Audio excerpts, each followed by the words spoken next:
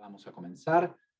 Esta clase magistral está organizada por el proyecto de investigación de la Universidad de El Salvador, Lo Otro en la filosofía post-hegeliana y en la fenomenología francesa contemporánea. Tenemos el gusto hoy, el honor de recibir a Marta Inés Palacio, que nos va a dictar una clase magistral sobre Totalidad e Infinito de Manuel Levinas. Marta Inés Palacio realizó estudios de filosofía en la Universidad Nacional de Córdoba, obteniendo los títulos de licenciada en filosofía, profesora de filosofía y doctora en filosofía con la tesis La mujer y lo femenino en el pensamiento de Manuel Levinas. Concomitantemente, culminó estudios de periodismo en el Colegio Universitario de Periodismo Obispo Trejo y Sanabria de Córdoba, obteniendo el título de periodista. Actualmente se desempeña como profesora titular de la Cátedra de Metodología de Investigación Científica en la Facultad de Lenguas de la Universidad Nacional de Córdoba y como profesora titular de Historia de la Filosofía Contemporánea en las Facultades Eclesiásticas de Filosofía y Teología de la Universidad Católica de Córdoba, y como profesora titular del Seminario de Filosofía Contemporánea en la Facultad de Filosofía y Humanidades de la Universidad Católica de Córdoba. Dicta regularmente cursos de posgrado en ambas casas de estudio, es profesora visitante en varios posgrados de universidades del país y extranjeras. Es directora de la maestría de la maestría en Lenguajes e Interculturalidad de la Facultad de Lenguas de la Universidad Nacional de Córdoba.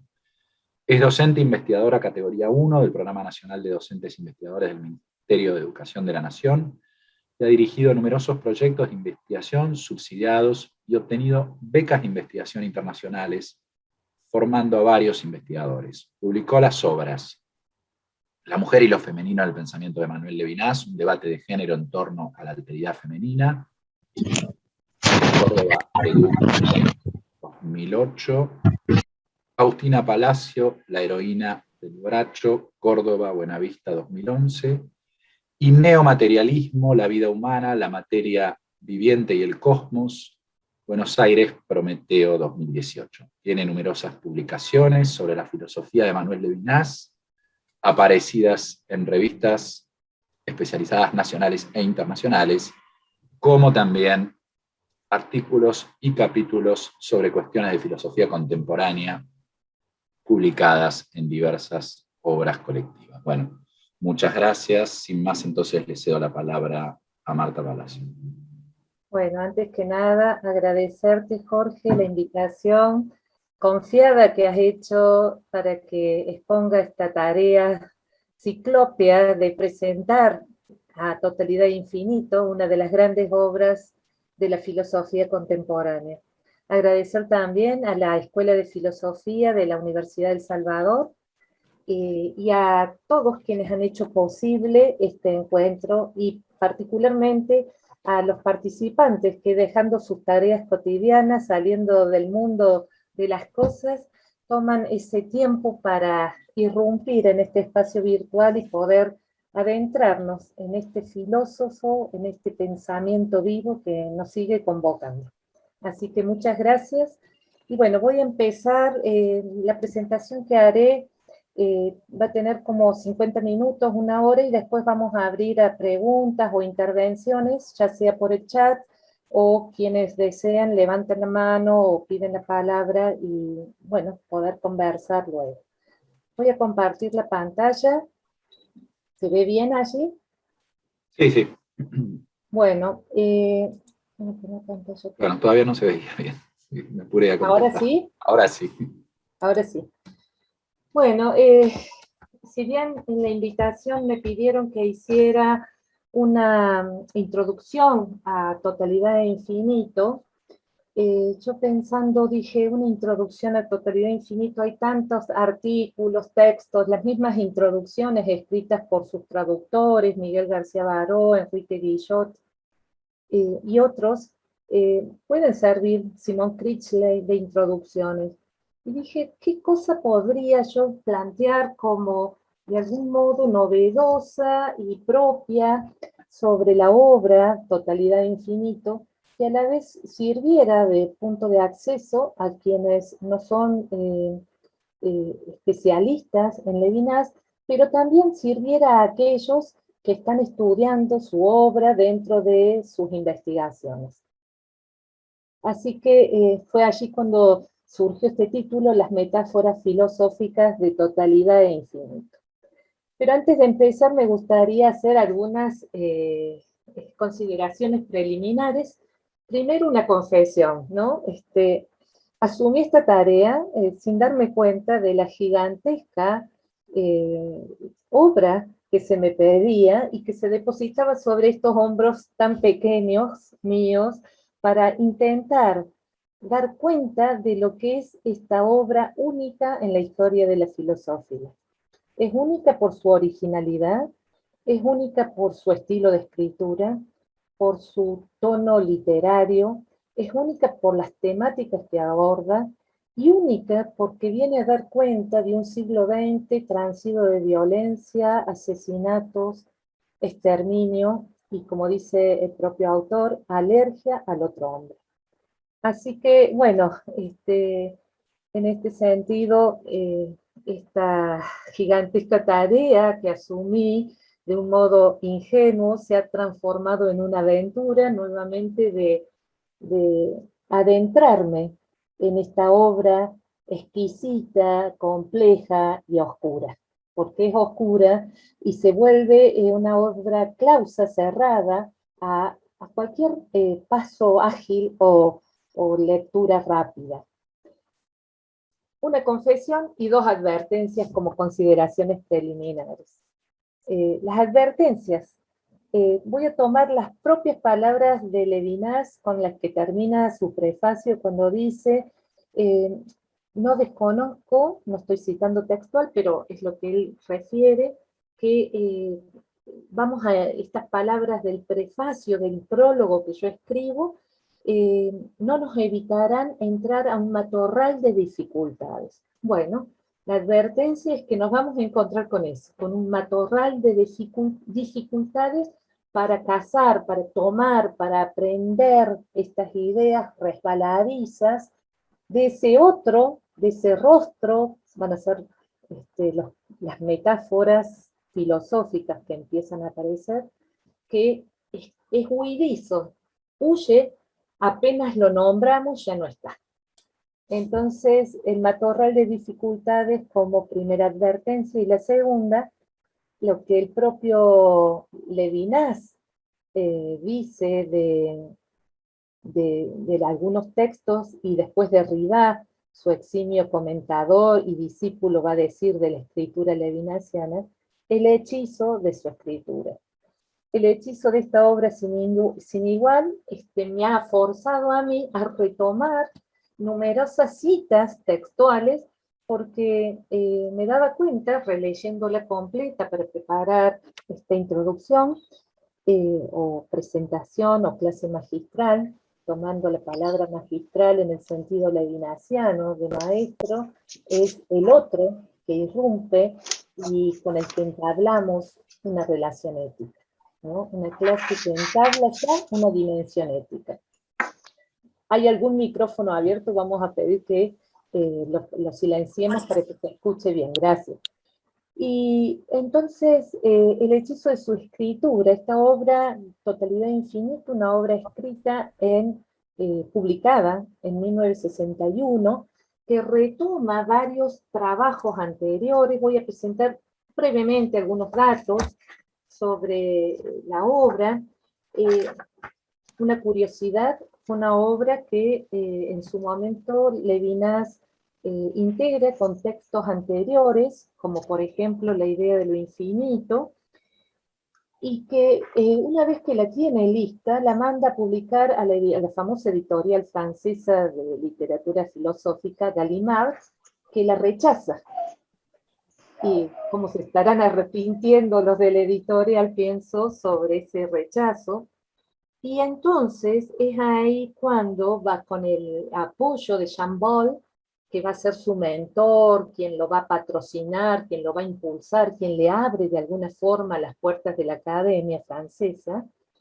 Ya a la edad casi de 56 años, Levinas la presenta como tesis de doctorado. Y es ahí cuando le presenta en la Sorbona como tesis de doctorado, sus evaluadores van a ser Yankelevich, Gabriel Marcel, Paul Ricoeur y Jorblin. Merleau-Ponty también estaba designado como evaluador, pero fallece un mes antes de la defensa de la tesis. Se presenta como una tesis de doctorado en letras, y en el año 60 y en el 61 sale la publicación de la obra en la editorial holandesa Martinus Nijhoff. Va a formar parte de la colección fenomenológica bajo el patronazgo de los archivos Husser de Lovaina y con el apoyo del padre Leo Van Breda. Esto como datos, parecen datos de color, pero muestran las peripecias de un pensamiento al que le cuesta abrirse su propio espacio en la academia. Vamos a dejar el tema, queda como para que lo pensemos. El propio autor va a señalar de esta obra en una escritura autobiográfica muy elíptica, y va a decir cómo en ese texto que se tituló Signatura, publicado 3 años después, en 1963, él va a decir: la experiencia fundamental de totalidad e infinito.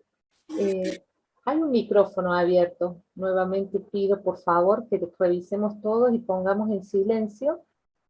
Gracias. La experiencia fundamental es la experiencia del prójimo. Y esto es lo que Totalidad e Infinito se propuso sistematizar.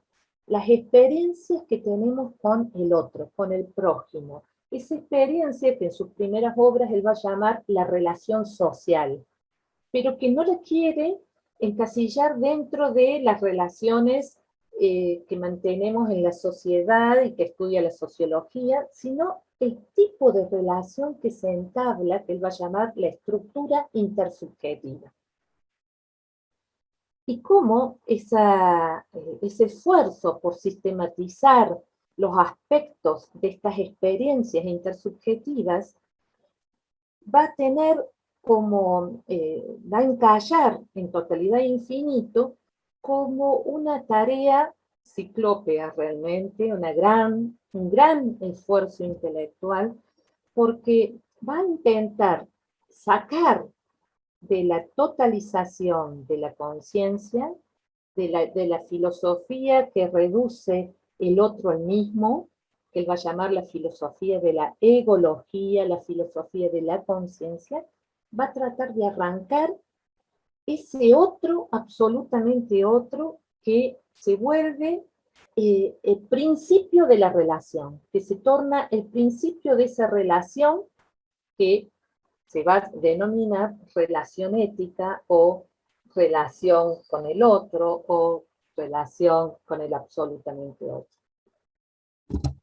Bien, el autor de esta gran obra, muchos lo conocerán, Emanuel Levinas, nace en Kaunas en 1906, Lituania, luego es invadida por los alemanes, se traslada a Rusia, de Rusia se va a estudiar a Francia, en Estrasburgo, donde obtiene su licenciatura y su primer doctorado sobre una tesis sobre Husserl, y se va a nacionalizar francés, se va a casar con Margarita Lévy, y va a quedar en Francia, en París, va a ser movilizado para la guerra como militar francés en el área de intérprete por dominar varias lenguas.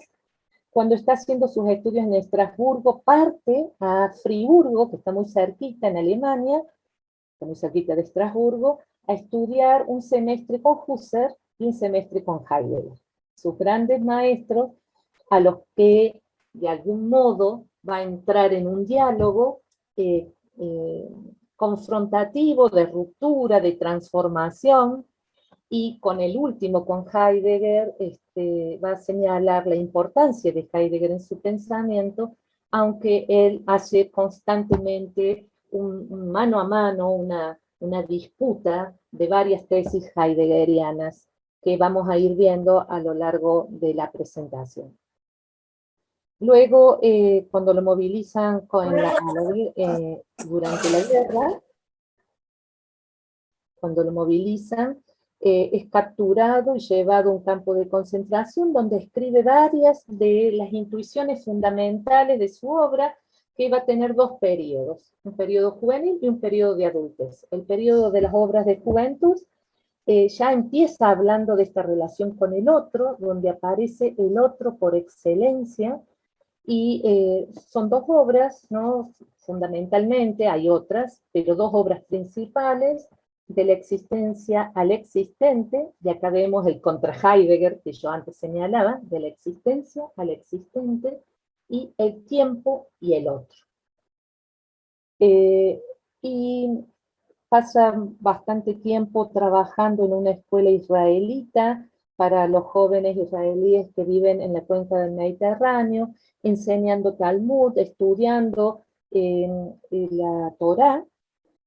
Tan es así que tiene toda una línea de publicaciones de textos religiosos del judaísmo, pero que él se encarga de delimitar y separar, distinguir de su producción filosófica, y mientras va haciendo este trabajo invisibilizado, extramuros, de ir pensando, escribiendo sobre esta experiencia, como él va a decir en Totalidad e Infinito, una experiencia olvidada de la cual vivimos. Es la experiencia con el rostro del otro, la experiencia humana fundamental, primordial.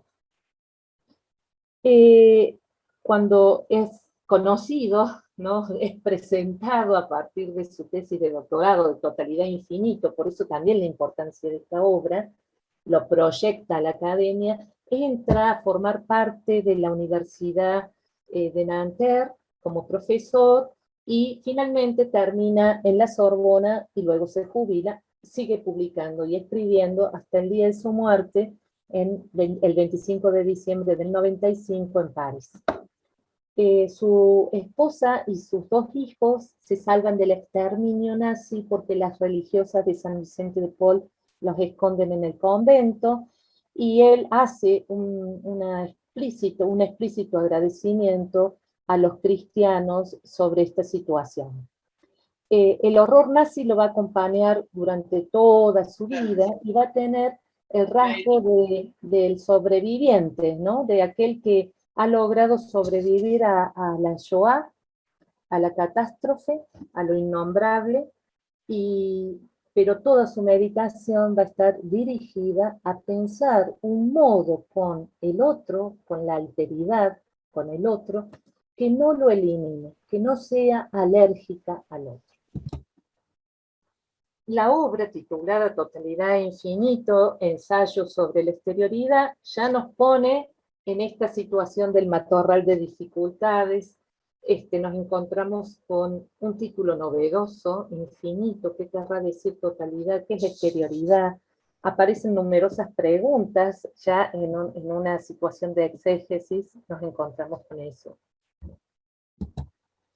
Tiene 4 secciones, el mismo y lo otro: interioridad y economía, el rostro y la exterioridad más allá del rostro, y las conclusiones.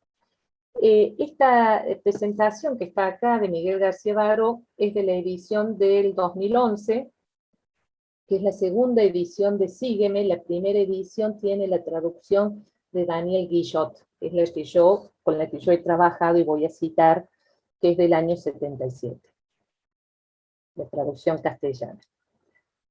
Bien, vamos a empezar con el prefacio. Ya en el prefacio encontramos, apenas lo abrimos la obra, encontramos una pregunta que nos pone frente a la originalidad de la obra, por un lado, y frente a un hecho que nos parece que no tiene nada que ver con la filosofía: la guerra. Se pregunta Levinas: la lucidez no consiste acaso en entrever la posibilidad permanente de la guerra, y a continuación dice, tendremos que ver si la moral no es una farsa, ¿no? La posibilidad permanente de la guerra. Y es ahí cuando Levinas asocia dos conceptos: guerra, exterminio, asesinato, matanza, con ontología, ¿no? Comprensión del ser, la ontologos, la ontología. Y va a decir, ¿no? La guerra se va a presentar, se presenta como la experiencia pura del ser puro, porque el ser puro, más allá de la connotación que puede tener racista, y que el nazismo se encargó de explotar ese concepto, ¿no? El ser puro que aparece en la guerra, va a decir el autor, se decanta en el concepto de totalidad que domina en la filosofía occidental. La totalidad como forma de síntesis, va a decir, como eh, subsumir toda alteridad en un registro propio de la síntesis, ¿no? Entonces, ¿cómo esa totalidad, cuál es la consecuencia? La anulación, la, la eliminación de la alteridad del otro. Todo queda en la mirada subsumida de esa totalidad. Que a su vez, la totalidad ontológica sostiene el totalitarismo político. En un texto posterior lo va a señalar con claridad: el totalitarismo político reposa sobre un totalitarismo ontológico. Palabras textuales con las que va a nombrar esta relación entre guerra y ontología, entre totalidad ontológica y totalitarismo político, que es el imperio de lo mismo, ¿no? Y que anula toda diferencia, toda exterioridad. Y donde va a oponer, con esa estructura que tiene el Talmud, ¿no? Va a decir el autor en otro texto, hablando justamente de la estructura del Talmud, que tiene ese ritmo oceánico, y que después Derrida va a recuperar esa idea de las olas que van sobre la playa, repetición y nuevamente movimiento, que intenta decir cómo es, ¿no? Esta idea del Talmud como estructura que se separa y vuelve, se separa y vuelve, y es la estructura argumentativa de la obra. Nosotros vamos a ver una obra que en estas 4 secciones se expone en esa forma dialéctica de ir dialogando, conversando, poniendo posiciones que después retoma y profundiza una y otra vez. La diferencia en esta estructura dialéctica de la guerra y la totalidad es la conciencia moral, que aparece ya como una emergente, algo que brota, que ocurre, él va a decir después en otras obras, una intriga, una atadura, un anudamiento, va a decir, de otro modo que ser. La conciencia moral como la aparición, la irrupción de la idea de lo infinito, ¿no?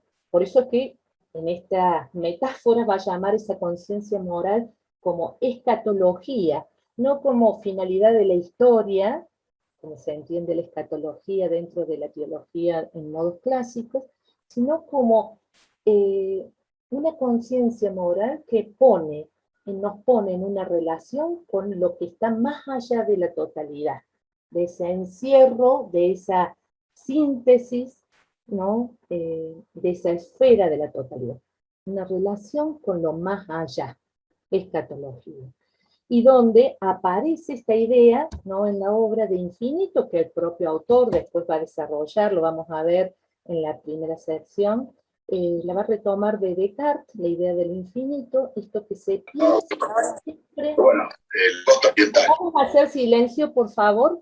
Vamos a poner en silencio los micrófonos. Se piensa siempre lo exterior, ¿no? por eso es ensayo sobre la exterioridad. En la idea de lo infinito se piensa siempre lo exterior, lo que permanece exterior al pensamiento. El infinito desborda siempre el pensamiento que lo piensa. Y por lo tanto, es en esta idea del infinito en que Levinas ya en el prefacio nos habla de la revelación del rostro del otro. Todo esto está contenido, compendiado en 5 o 6 páginas muy ajustadas que nos dejan con una sensación de no comprendí nada, con la admisión del propio límite filosófico y el límite conceptual de una terminología a la cual no le podemos dar marcos de referencia, una terminología en la cual no tenemos contexto. Y es porque el prefacio se presenta así, con una contundencia, donde ese desbordamiento de la idea es la experiencia que hacemos. Hacemos una experiencia de estar desbordado por algo que se nos quiere decir, que nos desborda, que va más allá, que nos excede, ¿no? Hay 2 citas que yo he tomado del prefacio que luego se conectan en esta forma espiralada, circular, de círculo ascendente, ¿no?, que tiene la obra, con algunas expresiones de las conclusiones, ¿no? Dice, este libro se presenta como una defensa de la subjetividad fundada en la idea de lo infinito. Presenta la subjetividad recibiendo al otro, como hospitalidad. Claro, el sujeto que está presentando, la subjetividad que está presentando, es una apertura, es un recibimiento, hospitalidad, recibir.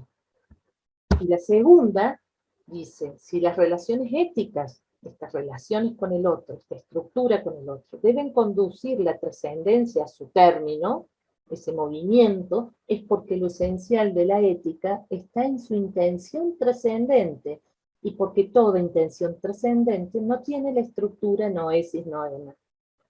La ética ya por sí misma es una óptica. Para los conocedores de la filosofía de Husserl sabrán que la estructura de la conciencia es una estructura de salida donde la conciencia entabla una relación de noesis noemas, ¿no? Constituye el objeto en una relación noética. Y acá dice Levinas, haciendo ruptura con Husserl, y acá también asumiendo el título de enfant terrible, ¿no?, el hijo rebelde de la fenomenología, indisciplinado, hay algo que no se reduce a la estructura de la conciencia. Hay algo que es la ética. La ética ya es una óptica. En ese prefacio reconoce la deuda intelectual con 2 grandes maestros, Franz Rosenzweig, como él dice, la crítica a la idea de totalidad nos ha impresionado en La estrella de la redención de Rosenzweig, demasiado presente en esta obra como para ser citado. De hecho, hay muy pocas citas textuales en la obra, apenitas algunas referencias a los grandes filósofos, Platón, por ahí, Aristóteles, Heidegger, Husserl, y nada más. Y el segundo, ¿no?, que cita y refiere y reconoce como maestro es Edmund Husserl. Dice, en todos nuestros análisis, quien ha hecho posible pasar a la exterioridad ética ha sido los análisis fenomenológicos de Husserl, pero abandonando ya esa estructura noesis noema. En la sección primera, si nos fijamos en la obra, van a ver que el libro no es muy voluminoso, pero si se fijan en el índice después, las invito a que recorran la obra. Yo voy a hacer una presentación de estas principales metáforas, algunas que yo he tomado, habrá otros exégetas, comentaristas que tomen otras. Van a ver que esta primera sección lleva mucha tinta, mucha escritura, ¿no? ¿Por qué? Porque intenta plantear la relación, la extraña relación entre el mismo, que por momentos es el yo, la mismidad, el yo, y el otro. Cómo el mismo y el otro se relacionan sin quedar anulada la alteridad del otro. Entonces dice, pero cómo el mismo que se exhibe como egoísmo puede entrar en relación con otro sin privarlo inmediatamente de su alteridad. ¿De qué naturaleza es la relación? ¿De qué tipo es esta relación? Ese es el kit, la pregunta clave de esta sección. Y va a empezar a poco, ¿no? En estos matorrales que vamos caminando, en estos senderos áridos, tenemos que ir haciendo el paso a paso de su argumentación filosófica, ¿no? ¿Por qué? Porque el mismo siempre se exhibe como egoísmo. ¿Y cómo puede entrar en esa relación con la alteridad? ¿De qué tipo es esta relación? Porque la relación de la conciencia es una relación que ya en esa constitución noemática, el otro se vuelve concepto, se vuelve tema, se vuelve representación. Por lo tanto, está subsumido dentro de la conciencia y no puede, por lo tanto, ya reconocerse su alteridad radical. Entonces él busca, por otro lado, la relación, y es allí cuando la encuentra en este concepto que es una metáfora, deseo metafísico. El deseo metafísico, ¿no? Él va a decir, deseo de un país en el que no nacemos. Fíjense la belleza de esta expresión, casi una metáfora literaria que recuerda también el paso de Abraham, ¿no? Que se puede ver también como una estructura o una matriz, esa inspiración bíblica que recorre su obra, como dice Derrida, ¿no? Deseo de un país en el que no nacimos y al que nunca llegaremos. Faltaría agregar, al que nunca llegaremos. Ese deseo metafísico que lo va a distinguir de la necesidad que desea y se satisface cuando apropia aquello otro que desea. Por ejemplo, tengo hambre, voy a comer, comí, y ese pan con el que me alimente se volvió parte de mis células, parte de mi ser, por lo tanto se satisface y acaba, ¿no? Acá la alteridad del otro permanece otro, ¿no? Permanece absoluta en este deseo metafísico, que tampoco es el deseo erótico, al que va a dedicar largas páginas en su sección cuarta, como vamos a ver, y que fue objeto de mi tesis de doctorado. Ese deseo erótico, Levinas lo va a ubicar en un equívoco deseo, entre concupiscencia y trascendencia, ya lo vamos a ver. Deseo metafísico. Tiende hacia lo totalmente otro, hacia lo absolutamente otro, no aspira al retorno sobre sí, como si, por ejemplo, lo hace la necesidad. Es una aspiración que lo deseable anima. Nace a partir de su objeto, es revelación. Y acá es un punto clave, porque cuando dice que el deseo nace de lo deseable, significa que el otro, el rostro, ¿no? A través de la idea del infinito, provoca en nosotros el deseo. Deseo como movimiento de salida, como apertura. ¿Dónde está la apertura? Acá. El ser cerrado sobre sí, satisfecho de sí mismo, en su propio gozo, en su propio retorno a sí, en francés, je suis, sale de sí a través del deseo. Pero esa salida, ¿cómo es? A través de una estructura que es el lenguaje. El lenguaje, ¿no? Es aquello que permite la relación no alérgica con la alteridad, que después en otras obras va a tachar, a mentar la filosofía occidental como transida de una inevitable alergia al otro, desde el ser de Parménides en adelante, ¿no? De la alergia de los primeros filósofos, va a decir, ¿no? Y bueno, esta relación no alérgica con la alteridad, Levinas la encuentra en el lenguaje, cuya esencia constante es desdecir lo dicho. ¿Por qué? Porque todo lo que digo del otro no es el otro. Todo lo que tematizo, pienso, la imagen plástica que tengo del otro, su rostro, su modo de andar, no es el otro. Por eso es que el lenguaje, su esencia es desdecir lo dicho, y acá sí ya asoma la anfibología que después, en su segunda gran obra, De otro modo que ser, publicada 13 años después, en el 74, va a profundizar, ¿no?, el decir y lo dicho. Aparece el lenguaje, ¿no? La esencia misma del lenguaje consiste en deshacer, en desdecir lo dicho, en intentar decir de nuevo. La relación del mismo y el otro es lenguaje. El lenguaje lleva a cabo una relación de tal suerte que los términos no son limítrofes, no se fusionan. En el conocimiento, en la estructura noema-noesis, sí lo son, ¿no? Pero acá no. El otro, a pesar de la relación con el mismo, sigue siendo trascendente al mismo.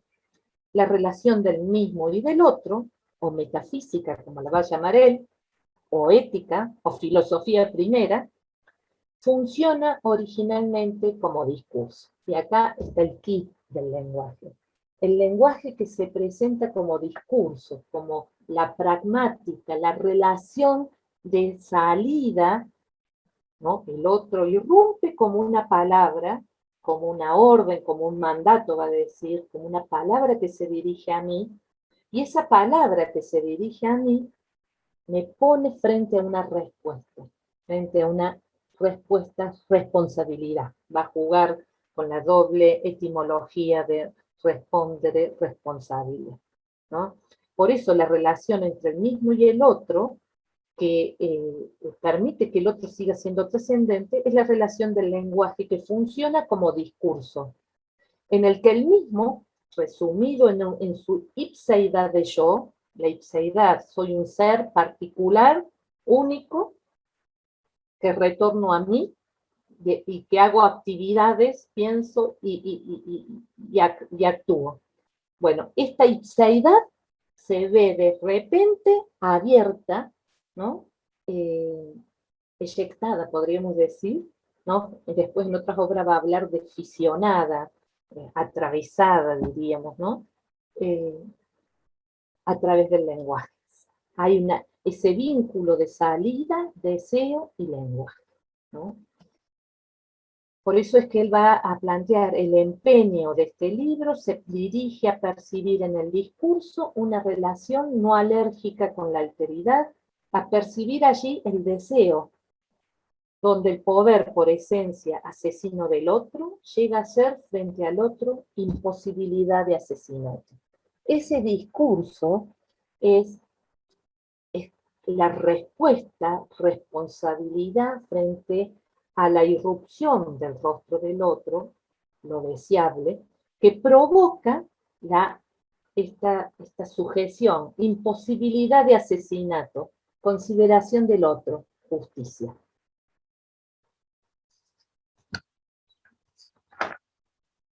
Llamamos justicia, dice Levinas, a este acceso al cara a cara del discurso, el cara a cara del discurso. Bien, esa revelación del otro, el otro se revela, si el Dasein, en el Dasein heideggeriano el ser se devela, se produce un desvelamiento de lo oculto, acá hay una revelación, ¿no? El ser, el rostro se revela, y acá se produce una inversión no solo respecto al develamiento heideggeriano, sino también una inversión respecto a la tesis de la intencionalidad de la conciencia husserliana. No es que mi conciencia salga hacia la afuera y ahí constituya, ¿no?, el tema, el concepto, la representación, el noema, sino que es el otro, el rostro del otro, el que irrumpe, se revela y provoca esa excedencia, ¿no?, que es la idea del infinito. El otro, en su irrupción, provoca el infinito. Eso que se piensa y que supera lo pensado. aquello que se piensa y que supera lo pensado, que excede lo pensado. Por eso es que esta relación de discurso es una experiencia de algo absolutamente extraño. Una palabra que va a aparecer numerosas veces a lo largo de Totalidad Infinito es extranjero, extraño, ¿no? Es traumatismo del asombro. Van a haber frases, expresiones de un alto contenido poético para decir justamente, intentar decir en dichos que hay que nuevamente volver a decir, ¿no? Por eso el énfasis, la reiteración, las hipérboles, los superlativos. A su vez, este lenguaje que es discurso, palabra proferida por el rostro del otro al que le respondo con responsabilidad, con la justicia, a su vez es la condición de posibilidad del lenguaje semántico, del lenguaje de los signos, de los temas, de que el mundo tenga sentidos, esos horizontes de sentidos de los que hablaba Husserl, de los que habla la hermenéutica, ¿no? Los horizontes de sentido. Todas las proposiciones que comprendemos, las oraciones del lenguaje, son ofrecidas de este acto inaugural del discurso, que instaura, ¿no?, el rostro del otro. Por eso es que va a decir Levinas, el otro es principio de fenómeno.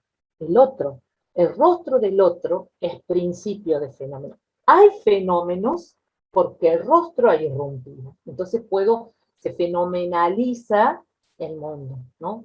Aparecen, comprendo, otorgo sentido. Bien, fíjense cómo esta idea del otro se entiende, del rostro del otro, del infinito, se entiende como exterioridad y va a tomar también en esta metáfora de trascendencia, exterioridad, el resplandor del otro, el desbordamiento de la idea de infinito, el desnivelamiento.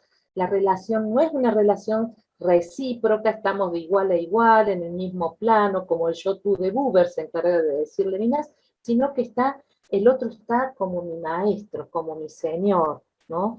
El que me enseña, el que viene de fuera, el que me habla como el Altísimo, el que está en las alturas, va a señalar, ¿no? El interlocutor no es un tú, es un usted. Fíjense esa frase, no es un tú, es un usted. Se revela en su señoría. Otra de las metáforas que encontramos y que ya he hecho alusión, este infinito que desborda, que se presenta como una revelación, en donde permite esta idea del infinito que se pone en mí y que es una inadecuación por excelencia, no está adecuada a mi capacidad, está inadecuada, por eso la asimetría. Permite, es condición de posibilidad de todo saber posterior, de toda verdad, de toda norma, de toda obra de justicia. Por eso es que va a decir, la idea de lo infinito es la fuente común de la actividad y de la teoría. De ahí brota, y la idea de lo infinito es justamente el desbordamiento de ese pensamiento objetivante por una experiencia olvidada de la cual se vive. Esa experiencia es la experiencia del rostro del otro, ¿no? Podríamos decir, bueno, pero si es experiencia, es mi experiencia. Entonces Levinas se encarga ya en el prefacio de decirlo, por experiencia entendemos la relación con el otro. No entendemos el sentido, la aestesis, ¿no? Este significado que le doy yo a la percepción sensible, sino es la relación con el otro, la salida, ¿no? La idea de lo infinito se revela en el sentido fuerte del término, es un pensamiento que piensa más de lo que piensa. La idea de la totalidad y la idea de lo infinito, acá en esta sección lo va a plantear, difieren precisamente en esto. La primera, la de totalidad, es puramente teorética y funda la política luego como expresión, ¿no?, la guerra y la política. La otra es moral, es el recibimiento del otro. el comienzo de la conciencia moral que cuestiona mi libertad y la inviste de justicia, ¿no? ¿Por qué? Porque se siente cuestionada esta libertad que en su arbitrariedad se descubre asesina en momentos, ¿no? En su ejercicio. Lo infinito se abre al orden del bien. Esta idea del bien, ¿no? Que él toma de Platón, ¿no? Dice esto que está más allá del ser, ¿no? El más allá. Un orden que no contradice, sino que deja, ¿no? Por eso es más allá, el nivel de la ontología formal. Ese rostro que habla es el modo en que se presenta el otro. El modo, así lo define Levinas, ¿no? El modo por el que se presenta el otro, lo llamamos rostro. El rostro expresa. Y acá aparece esta idea de que es principio de fenómeno, ¿no? El rostro es anterior a la Singebung. Singebung, en la teoría de Husserl, es la donación de sentido. Donamos sentido a eso que aparece. Bueno, el rostro es anterior a la donación de sentido, es anterior a la estructura a priorística de la conciencia. Abordar al otro en su discurso es recibir su expresión. Recibimos su expresión en esa relación de discurso. Recibir del otro, más allá de la capacidad del yo, es tener la idea de lo infinito. La noción de rostro, dice en un punto, a la cual vamos a recurrir en toda esta obra, abre otras perspectivas. Nos conduce a una noción de sentido anterior a mi Singebung y por eso independiente a mi iniciativa y mi poder. Sobre el rostro, dice Levinas, haciendo un anacoluto, una ruptura sintáctica, dice, sobre el otro no puedo poder. La desmesura medida por el deseo es rostro, ¿no? No es revelamiento, es revelación. Y acá aparece, ¿no?, alguna expresión que ha sido muy debatida, hasta qué punto ese rostro del otro es Dios. Bueno, fue una cuestión ahí que es muy interesante. Hay toda una literatura sobre esa cuestión, pero el propio Levinas se encarga de señalar que la dimensión de lo divino se abre a partir del rostro humano. Él no está hablando del rostro divino, está hablando del rostro humano, pero ese rostro humano es incontenible, es excedencia, es resplandor, es desnivelamiento, es el otro, pero abre a lo divino, lo deja abierto. Una relación, dice Levinas, con lo trascendente, con lo infinitamente otro, el rostro humano, que nos solicita y nos llama, la proximidad del otro, la proximidad del otro, ¿no?, que se expresa. Su epifanía consiste en solicitarnos, nos reclama, nos ordena, por su miseria, por su fragilidad, en el rostro del extranjero, de la viuda y del huérfano, que son figuras bíblicas que él las toma también como figuras metafóricas de ese rostro del otro que en su miseria reclama, ordena. Después, de otro modo que ser, el rostro se va a presentar, va a aparecer otro concepto que es el de vulnerabilidad. Pero acá habla de miseria, ¿no? Bueno, este desnivelamiento es una dimensión de altura que ubica el espacio en una curvatura. Si Einstein había planteado en la relatividad la curvatura del espacio, bueno, Levinas plantea la curvatura del espacio ético, ¿no? Ya no del espacio físico o cósmico, sino del espacio ético, ¿no? El privilegio, ¿qué significa esto? Que el privilegio, la prelatura, la tiene el otro. ¿Por qué? Porque el otro es la trascendencia, está en el desnivelamiento de la trascendencia. Y la trascendencia, aclara muy bien en este primer capítulo, ya no es un grado mayor de ser, el sumo, no, la trascendencia es lo absolutamente otro, lo que está más allá. En la sección que sigue, interioridad y economía, es más breve, aparece esta idea de un sujeto, el yo, este yo evológico que hace su ciencia del yo. El yo es una apología. Esta cita textual intenta resumir varias metáforas que acá he separado o he distinguido. Separación y gozo, ¿no? El yo como apología de sí mismo, mismidad, pero para que pueda ser el yo una relación consigo mismo, como ipseidad, ente autónomo que actúa y piensa, y como identidad, relación con sí, del sí, con el sí mismo, ¿no? En francés es más fácil, el soi con el meme, y en inglés es el I con el self. Bueno, en castellano es más difícil de decirlo, pero es el sí, porque sería el mí, con el sí mismo, ¿no? El mí con el sí mismo, esa relación de la identidad. Pero para que se dé tanto la ipseidad como la identidad, debe darse la separación. Y acá aparece este concepto chez soi, en sí mismo, en lo de sí, en casa, ¿no? La idea de que la primera experiencia de la vida se goza. Nos gozamos, dice, gozo de una buena sopa, de la conversación con un amigo, de tomar un buen vino. Esa soledad de la casa, de la morada, ¿no? Que plantea la separación con el elemento, llama Levinas, con el todo de los elementos exteriores. Entonces dice, de la naturaleza, los otros seres, dice la separación como vida interior o psiquismo, pero esta interioridad aparecerá como una presencia en lo de sí. Esa separación me da cuenta de mí mismo, me doy cuenta que soy yo.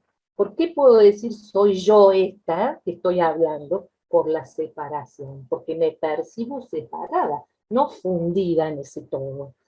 Esta interioridad aparecerá como una presencia en lo de sí, lo que quiere decir habitación y economía. Toda esta sección se va a desarrollar bajo estas dos grandes metáforas filosóficas: habitación, el morar, el estar, y economía, comerciar, hacer, fabricar, trabajar, pensar, escribir, ¿no? Dice, la unidad del yo se traduce como separación.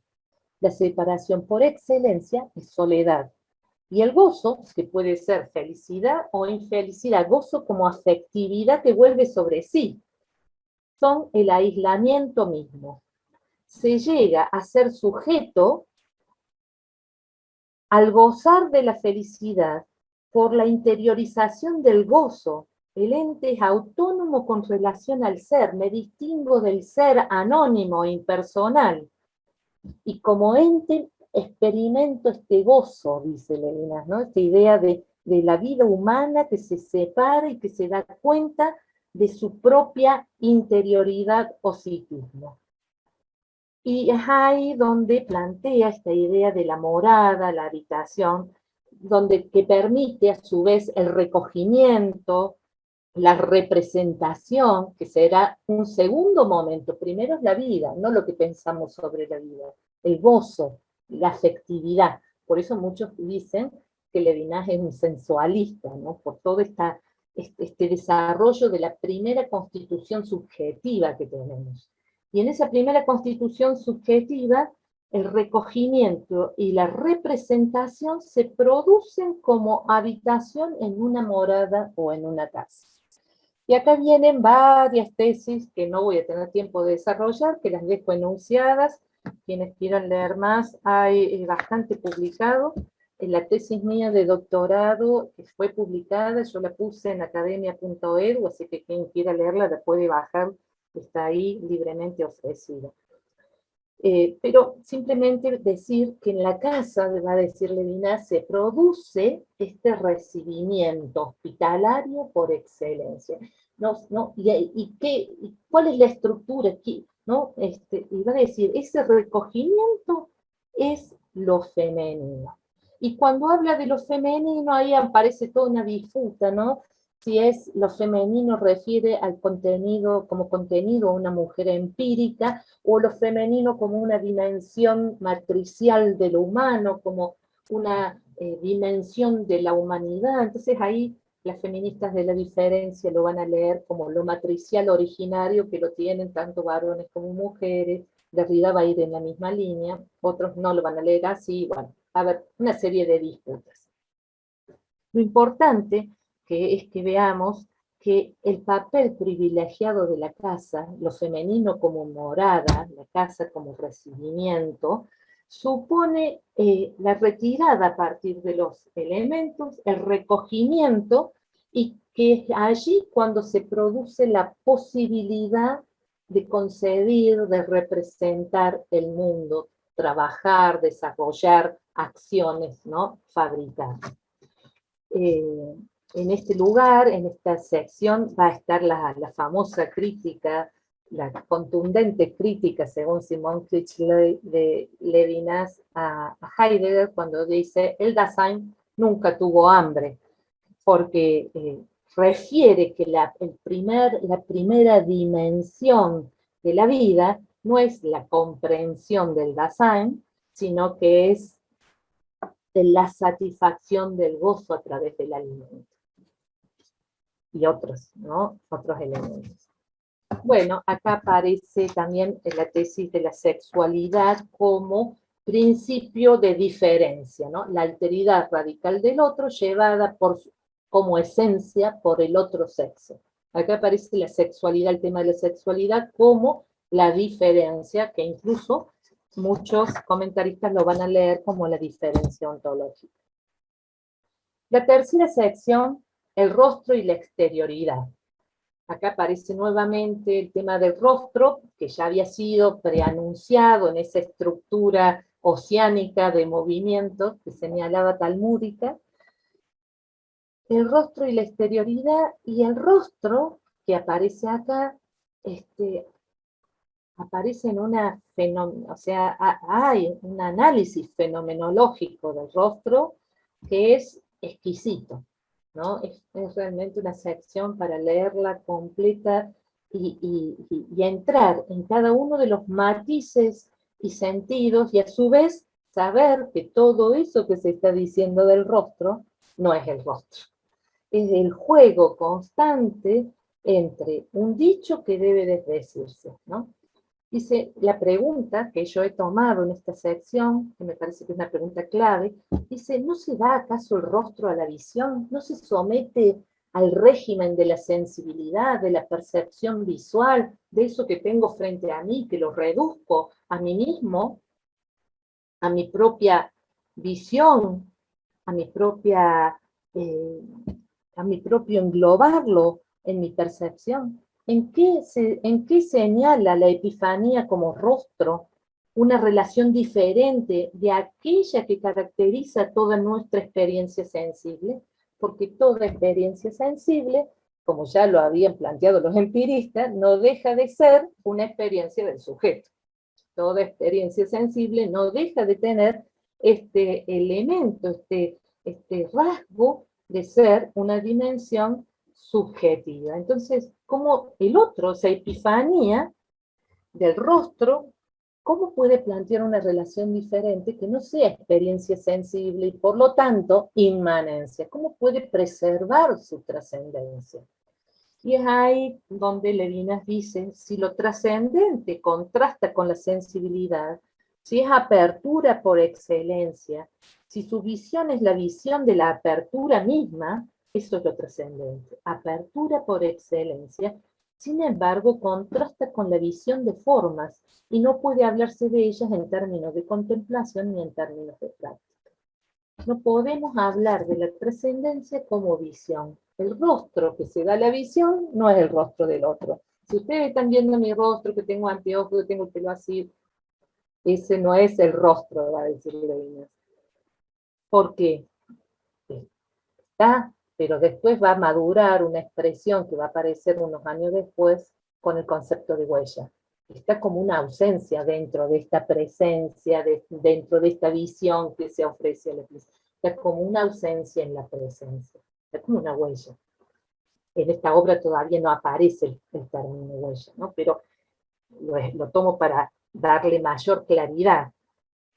Dice, solo la relación con otro introduce una dimensión de la trascendencia.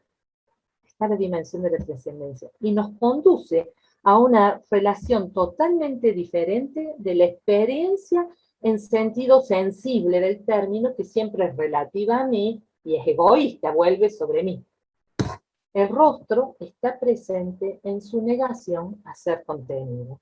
En este sentido no puede ser comprendido, englobado, ni visto ni tocado, porque la sensación táctil o visual, en esa sensación la identidad del yo envuelve la alteridad del objeto, no es un contenido.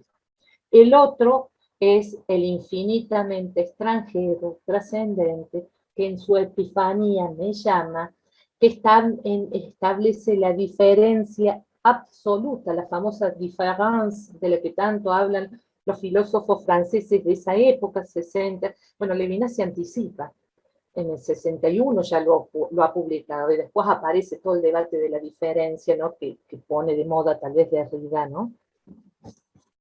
¿No? El otro no es como un otro con una alteridad relativa, no es un no yo, no es el otro que yo. La alteridad del otro no depende de una cualidad que lo distingue de mí, sino, ¿por qué? Porque no hay comunidad de género, es el mismo y el otro. Entonces, hay una separación, hay una diferencia. El otro es el interlocutor, ¿no? En este discurso que hablábamos. El otro, absolutamente otro, no limita la libertad del mismo, al llamar a la responsabilidad, la justifica y la instaura. La relación con el otro, fíjense esta expresión textual, en tanto que el rostro sana de la alergia, no sana de la alergia, es una relación sin violencia, y la va a llamar relación ética, inviolabilidad ética del otro. Es la situación, la del discurso, la de esta relación ética, del cara a cara, que es una oposición por excelencia. ¿Por qué? Porque el otro plantea una resistencia, una negación a mis poderes, tanto mis poderes intelectivos como a todos mis poderes en su epifanía ética. Si bien es cierto que no limita mi libertad en el sentido que lo puedo matar, efectivamente lo puedo matar, lo puedo ignorar, lo puedo borrar del archivo. Sin embargo, la resistencia del otro significa, en esa oposición, un investirme de justicia. Si mi libertad hace todas estas cosas de eliminación del otro, ya está juzgado. Es una libertad investida de justicia. Por eso es que esa resistencia ética del rostro, esa oposición que cuestiona la libertad, a la vez que la cuestiona, la saca, la perturba de su comodidad, de su arbitrariedad, la pone en una relación de justicia, de responder por el otro. Es la rectitud del cara a cara, que no es una relación violenta, ¿no? Ese mandato del rostro que se expresa, y lo dice en esta obra en varias partes, en el no matarás, no me matarás, esa rectitud es no violenta, en el sentido de que no me ejerce una limitación, no me coercitiva, sino que me inviste de justicia. Y si yo ejerzo esa acción, ya estoy juzgado. El rostro, por lo tanto, como discurso, como significancia, va a decir, no como significación, sino excedencia de significación, por eso significancia, porque a partir del rostro, esto también es clave, a partir del rostro después puedo conocer, porque el rostro se reveló, se expresó, porque es principio de fenómeno, por eso después puede haber significaciones, lenguajes con dichos, ¿no? Es don, recepción, hospitalidad. Y aparece el tercero, otra metáfora. El tercero, el otro del otro. Levinas va a decir, la humanidad que me mira en los ojos del otro.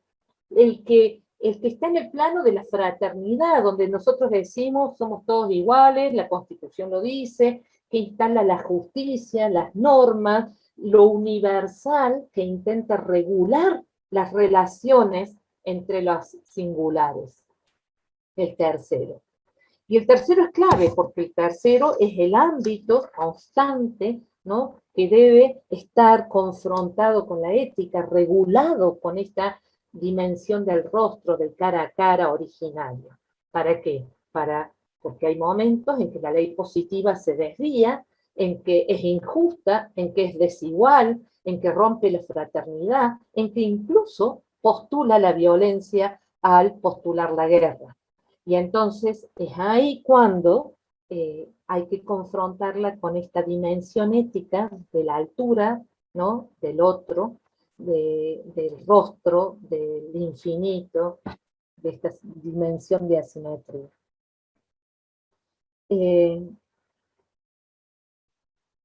Bueno, vamos a cumplir el mandato dado del tiempo. Acá vemos entonces otro concepto de sujeto. Si habíamos visto en el sección 2 un concepto de sujeto como satisfacción de sí, como Yeshua, el que retorna, el de gozo, ¿no?, el que vuelve sobre sí, el sujeto de la identidad. Acá vemos el sujeto, el yo ético. Ya no es el yo del gozo, el yo de la apología, sino que le vino a decir el yo de la escatología, el yo ético, el yo desbordado de responsabilidad, que el rostro del otro en su revelación constituyen un mandato, en una elección, en un único, el elegido, lo transforma en el elegido, ¿no? Esta idea de que la unicidad, principio de individuación, va a decir Levinas, la responsabilidad como principio de individuación, lo que me hace único, ¿no?, me vuelve un elegido.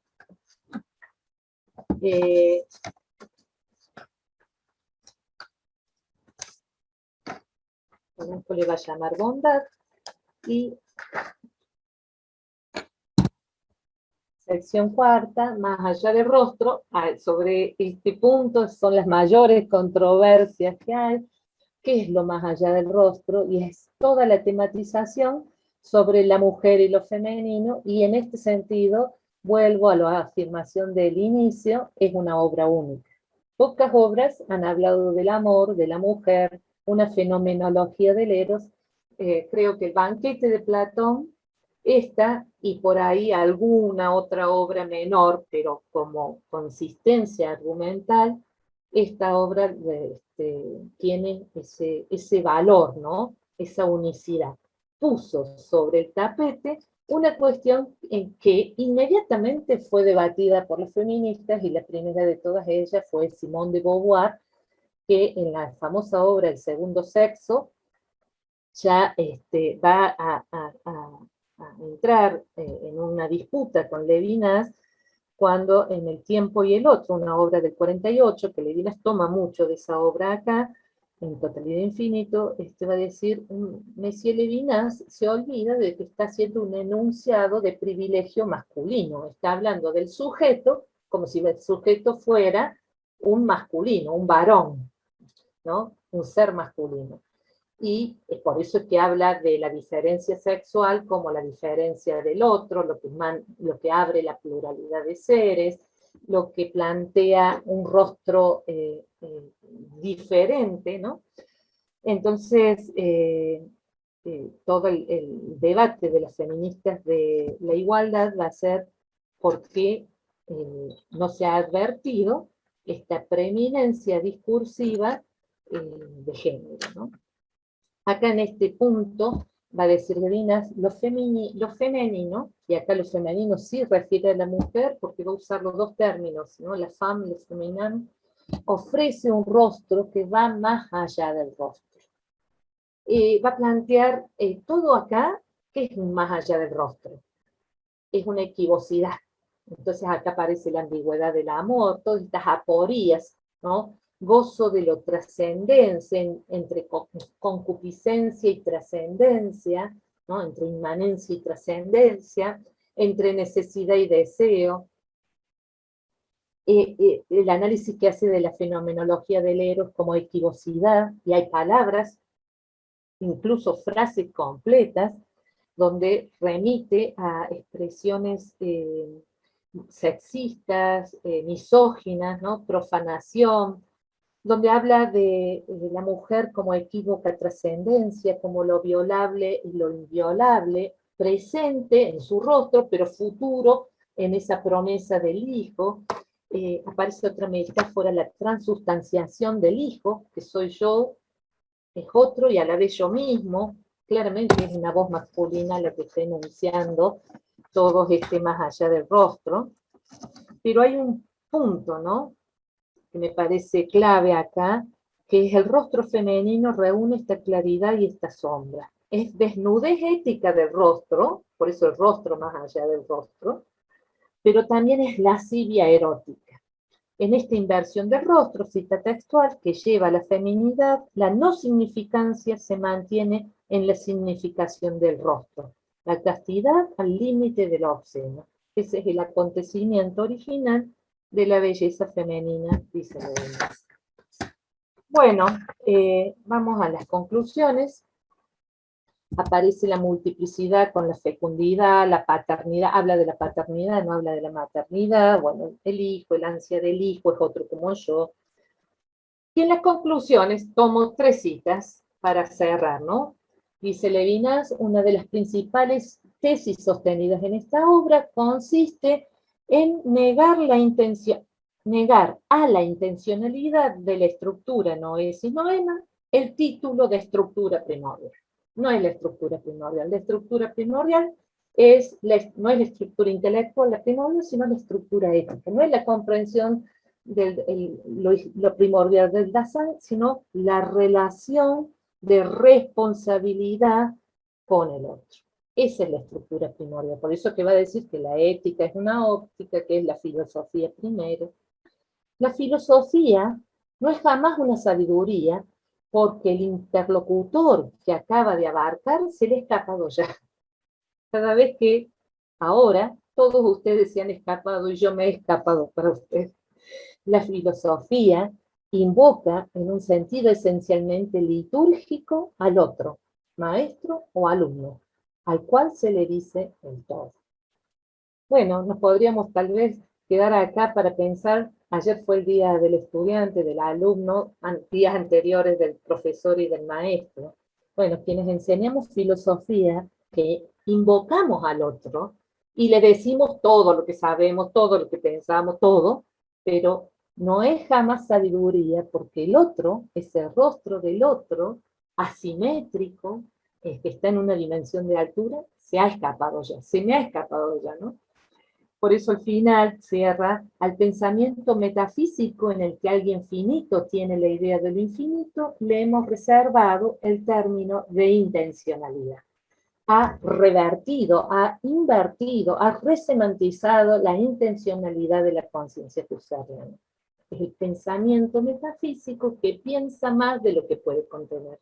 Es atención a la palabra, recibimiento del rostro, hospitalidad. Y no tematización. El sujeto es un anfitrión. Bueno, ya cerrando esto, en esta invocación al maestro filósofo que nos ha dicho todo esto, yo agradezco la maestría, la enseñanza recibida de Levinas, que hasta el día de hoy me sigue hablando, pese a esta tarea gigante que asumí de intentar decir, presentar esta obra en 1 hora y pico, pero quedándome con eso que decía el autor, ¿no? En este momento no me cabe más que deshacer lo dicho para intentar decir de nuevo, ¿no? Y ahí cierro. Muchas gracias por su atención, por su paciencia, el tiempo concedido.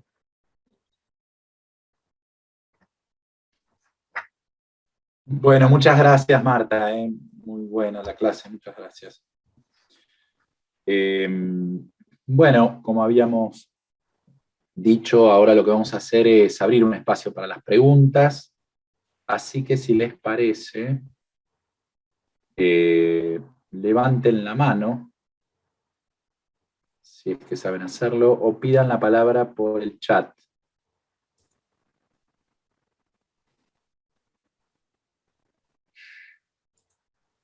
Pueden hacer preguntas, comentarios, algún tema que quieran que se profundice un poco.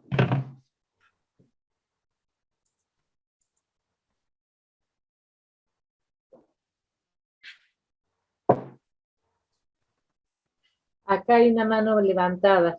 Juanjo Sí, Bernal. Juanjo Bernal. Bueno, Juanjo Bernal, abrí tu micrófono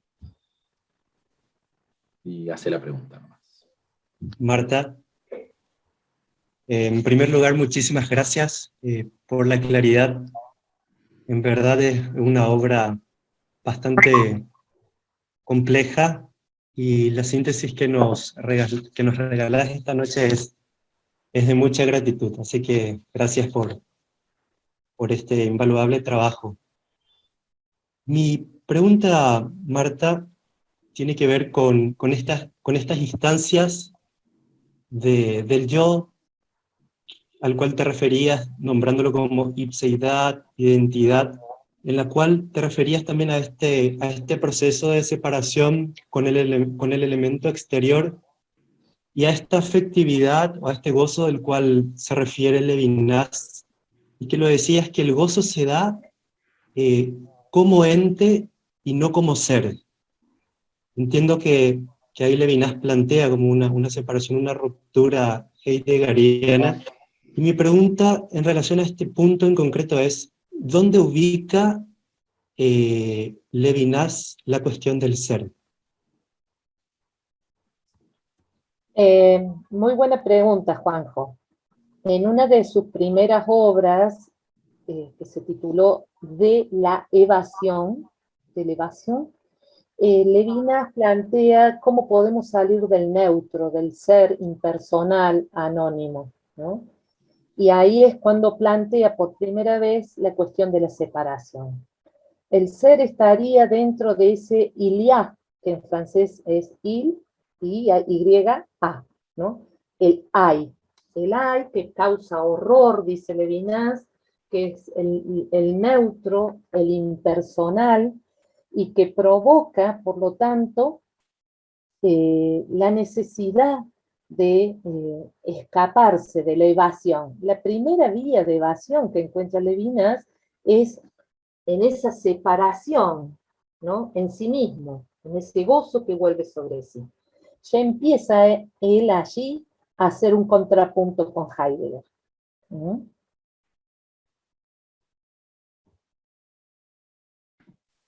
Bueno, muchas gracias. Acá hay una pregunta de Francisco Parra. ¿Sí? Le damos la palabra a Francisco.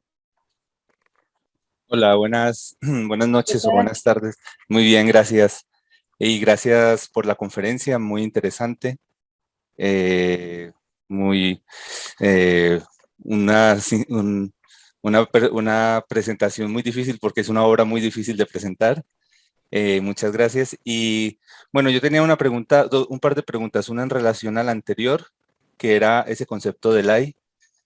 Y como pues Levinas es un filósofo que me interesa especialmente, desde tu punto de vista, ¿hay un cambio de la valoración del I antes de totalidad de infinito y en totalidad de infinito? Es decir, ese carácter del ser como horror, como noche oscura de la cual es necesario salir. En totalidad de infinito tengo la sensación que con el apeiron, el elemento, todo eso pierde esa fuerza que por ejemplo había en de la evasión o en de otro modo que ser. Entonces quería saber tu opinión sobre esa parte. Y por el otro lado también, la otra pregunta que tenía, se me olvidó. Bueno, si quieres vamos hablando de esta primera y luego te hago la otra pregunta rápidamente. Bueno, Gracias. sí, en Levinas hay una continuidad en sus tesis. En la mayoría de sus tesis con las que empieza, las va como, ¿no?, rumiando, pensando, diciendo de nuevo.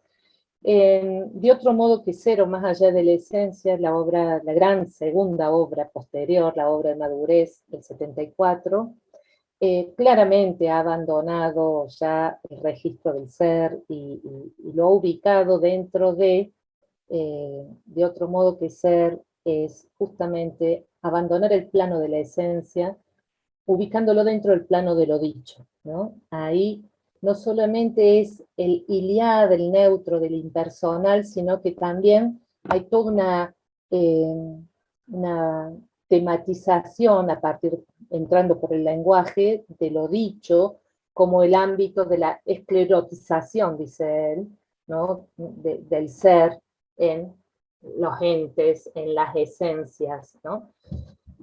Ahí ya vemos una maduración respecto a esto del ya, del hay, del horror.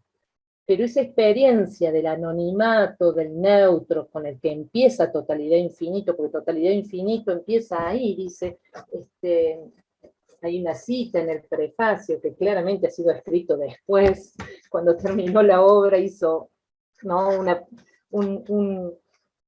justamente un manifiesto, ¿no?, sobre lo que ha dicho. Entonces dice: la faz del ser que aparece en la guerra se decanta en el concepto de totalidad que domina la filosofía occidental, ¿no? Él ve la faz del ser como la totalidad, ¿no? Está en el concepto, se decanta ahí, el ser se decanta en ese concepto de totalidad. En ella los individuos son meros portadores de fuerzas que los dirigen a sus espaldas. No importa el individuo, importa esa fuerza del ser, ¿no?, que los dirigen a sus espaldas.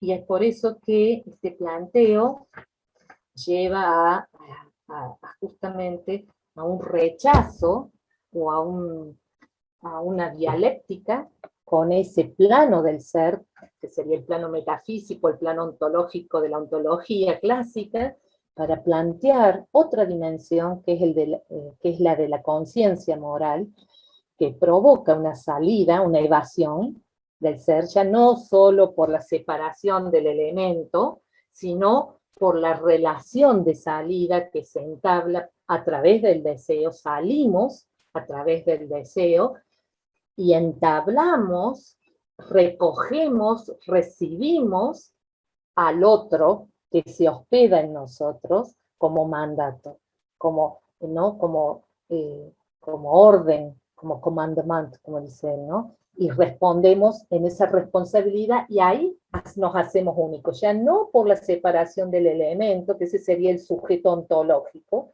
sino porque nos transformamos en sujetos éticos que respondemos alojando, ¿no?, hospedando ese mandato del rostro del otro, el infinito.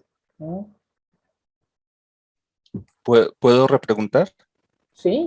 Sí, solamente es muy interesante porque efectivamente sí que se percibe la continuidad, pero tú tienes, puedo tutear, perdón, tienes la sensación de que de otro modo que ser, hay una compresión brutal, además con el tema del decir y lo dicho, en relación al ser, hasta tal punto que el hay, el Ilia, se transforma en un momento muy íntimo en relación a la alteridad.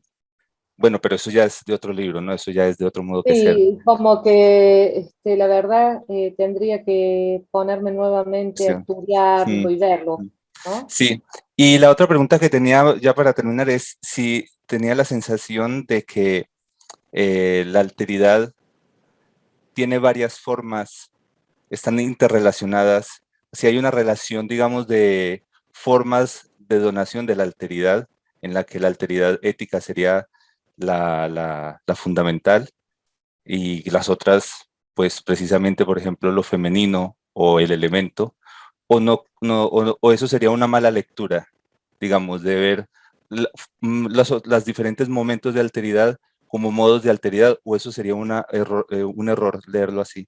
Y gracias.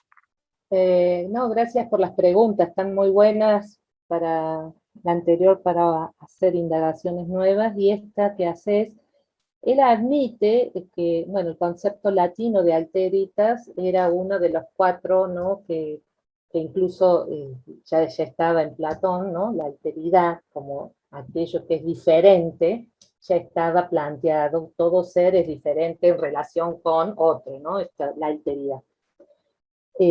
Está, pero él quiere plantear el otro absolutamente otro.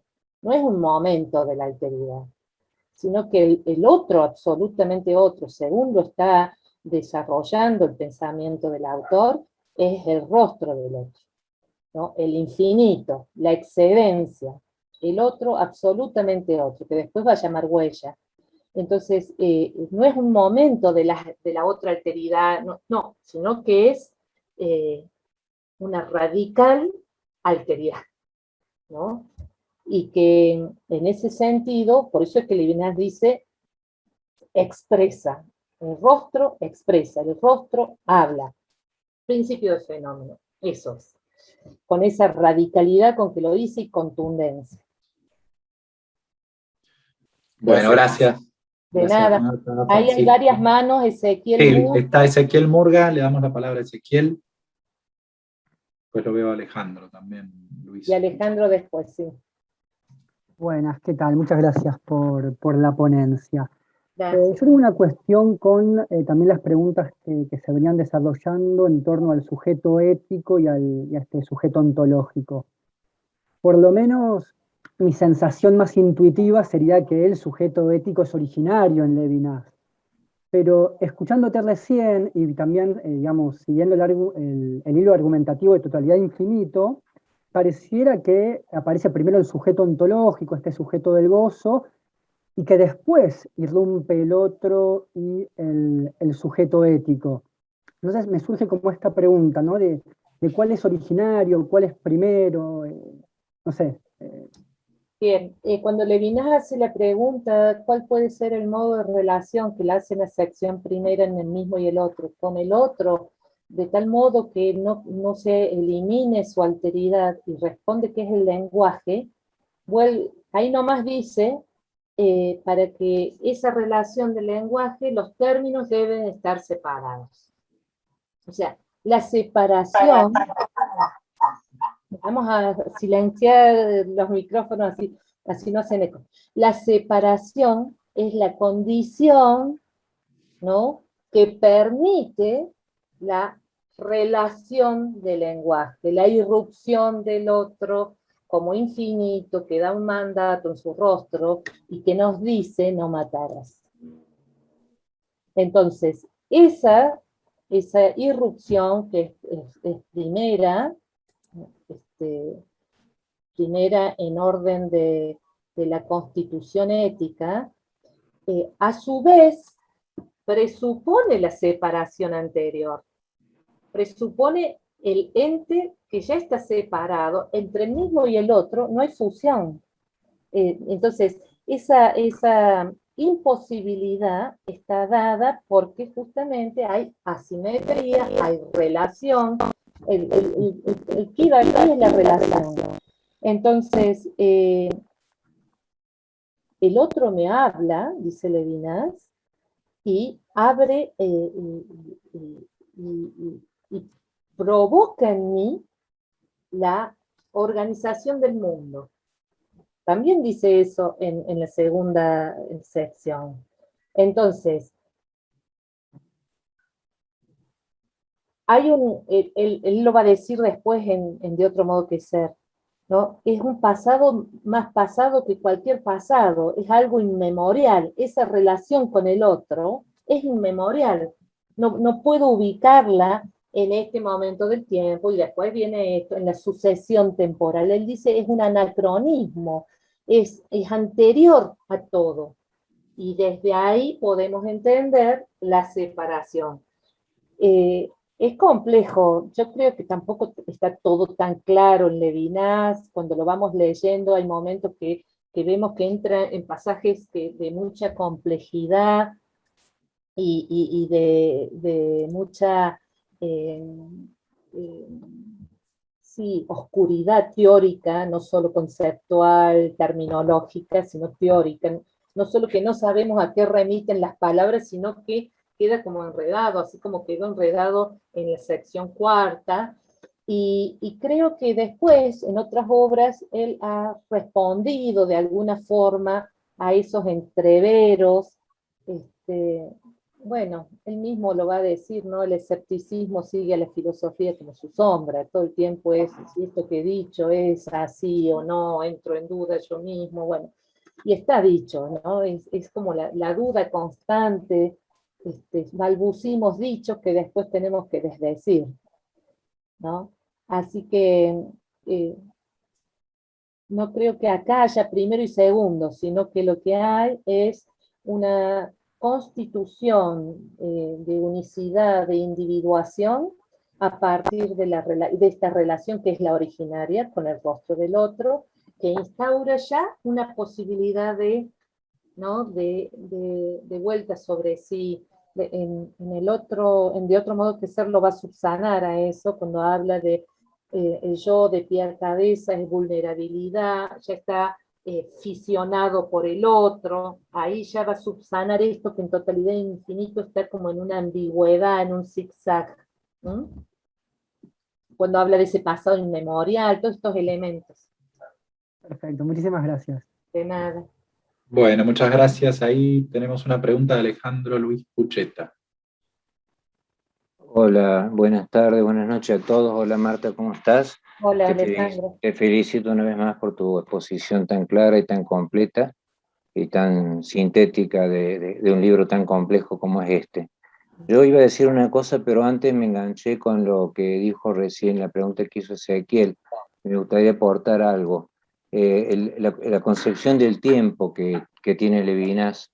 Levinas dice que el tiempo, en la filosofía tradicional, siempre se ha visto al tiempo sincrónico, con un tiempo lineal, con un presente, pasado y futuro, un tiempo ordenado como el espacio, ¿no es cierto? Como una línea recta, que viene desde el pasado, pasa por el presente y va hacia el futuro. Pero el tiempo que Levinas plantea como el tiempo real o el tiempo verdadero, el tiempo de la vida, es un tiempo diacrónico, un tiempo que no es sincrónico.